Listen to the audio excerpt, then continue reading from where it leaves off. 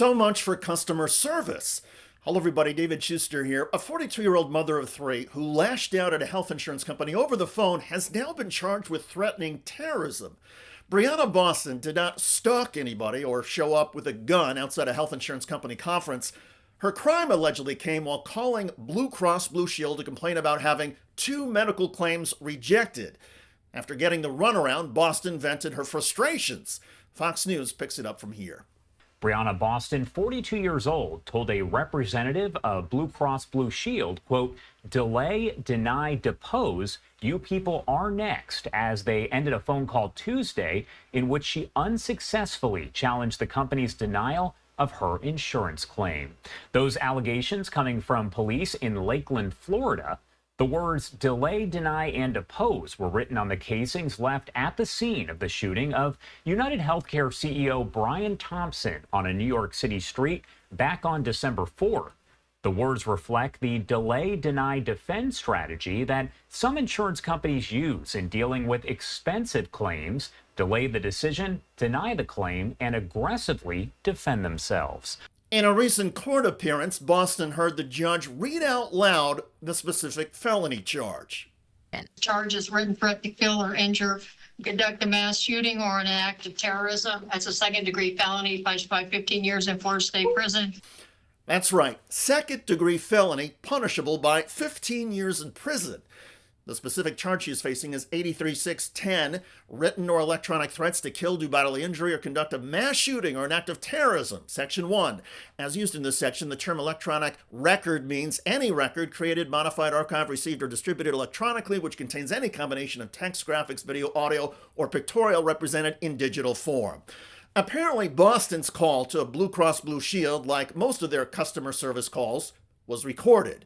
Now, Briana Boston has no criminal record. She does not own any guns or other firearms. There is no indication police have ever been called to her house before this. She is a mother of three children, but she was arrested and jailed not for actually committing violence or even making a credible threat to commit violence, but simply for referring to what health insurance companies do every day and then adding an angry remark. This was arguably nothing more than her venting her frustration, as many of us have done after dealing with customer service, which does not provide any actual service and doesn't treat us as actual customers. And this entire episode gets even worse. You see, the Florida detective who showed up at Boston's home reportedly did not have a warrant. But Boston politely invited the officer inside. She had calmed down and admitted to the detective she had used the words as reported by Blue Cross Blue Shield. Boston also apparently expressed regret. But because she admitted her language, the police considered that a confession and immediately arrested her and took her to jail. It doesn't appear as if the detective or police did anything to determine if Boston had been serious in her threats or had any plans to commit violence. So Briana Boston went to jail. She was given a bail of $100,000, which she initially could not meet. So the mother of three was kept in jail. Think about that. There are many people in this country who face credible threats, often from violent spouses or partners. And when these victims, usually women, report the abuse of their husbands or boyfriends, police often don't seem to have the resources to do anything. But when the complaint comes from a multi-billion-dollar corporation that recorded a brief phone call, well, in that case, the police cannot be stopped. The power that wealthy corporations have over all of us is remarkable. In any case, family and friends of Briana Boston set up a GoFundMe page, which eventually raised the money for her to make bail and get released. Prosecutors still have not made a determination if they're going to pursue the felony charge, although legal experts say they should drop the case. I think it's an overcharge. In reality, there's nothing in her communication that specifically says she's going to commit a mass shooting. I think it's more falls on that free speech line, on that protected speech. Although stupid, although ignorant, something you shouldn't say, the law allows you to say stupid, ignorant things, and even violent things, as long as it's not what's called a true threat. A true threat, according to legal experts, would be a more actionable statement or a threat at a particular person. Also, Boston's angry language is similar to what tens of thousands of people have posted on social media.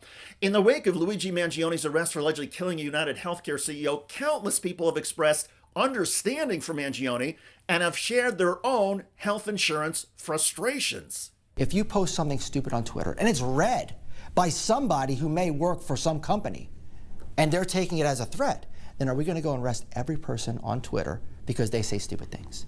In this case, really, it is that. It's somebody who talked to an individual who she doesn't know, has never met, has never probably even spoken to, and said words that a lot of people are uttering on social media. Legal experts said that the judge's determination of the bond in the first court appearance could work in Boston's favor. You find that the bond of $100,000 is appropriate considering the status of our country at this point? I think that works better for her in reality, because it goes back to her saying this is political hyperbole. In other words, it backs up Boston's claim that she was expressing frustration, not actually intending to carry out a violent threat. And again, she was not arrested because police thought she was actually going to go through with anything. She was arrested because she cooperated with the detective and let him interview her in her home. There is a lesson here for all of us. Know your rights, including your right to remain silent, and assert that right. Also, beware of the for-profit health insurance companies. Not only are they going to continue to try and make money off of your health challenges and misery, these huge corporations have more power and influence than ever with police and law enforcement and politicians. And the extreme nature of this case underscores the nervousness these days of corporations and the ruling class. They are all rattled, not just by the killing of the United Healthcare CEO, but by the outpouring of anger at America's health insurance industry. It's a for-profit business that extracts billions of dollars from working-class Americans in order to line the pockets of corporate executives and Wall Street investors. It is an industry that profits off of misery. Don't let your misery get even worse. Remember, the health insurance companies are especially sensitive these days, and they are recording our calls. By the way, Donald Trump has been caught lying about the terror attack in New Orleans, and even Fox News is piling on Trump and issuing corrections. Evil. Now, the former president said criminals coming in a statement, meaning into our country. But to be clear, Molly and Brian, the suspect was born in the United States. He served in the United States Army. He was a veteran. When I said that the criminals coming in are far worse than the criminals we have in our country, that statement was constantly refuted by Democrats and the fake news media, but it turned out to be true. The effing news. As real native-born Americans know, refute means to disprove, meaning Trump just said his lies were disproven, which he would know he was saying if he had bothered to learn the language. But Trump's family, too, came into this country bringing crimes, attacking American women, and not speaking English. Good. Saudi Arabia and Russia will repeat your... Trump on True Social, the crime rate in our country is at a level that nobody has ever seen before. That story generated a lot of comments on YouTube. One of the most popular is from Gregory, who wrote, "Right now, there is no criminal worse in our country than Donald Trump." I hear you. I look forward to reading your comments about the arrest of a 42-year-old mother of 3 who lashed out at a health insurance company during a customer service call. I'm David Shuster. Thanks for joining us.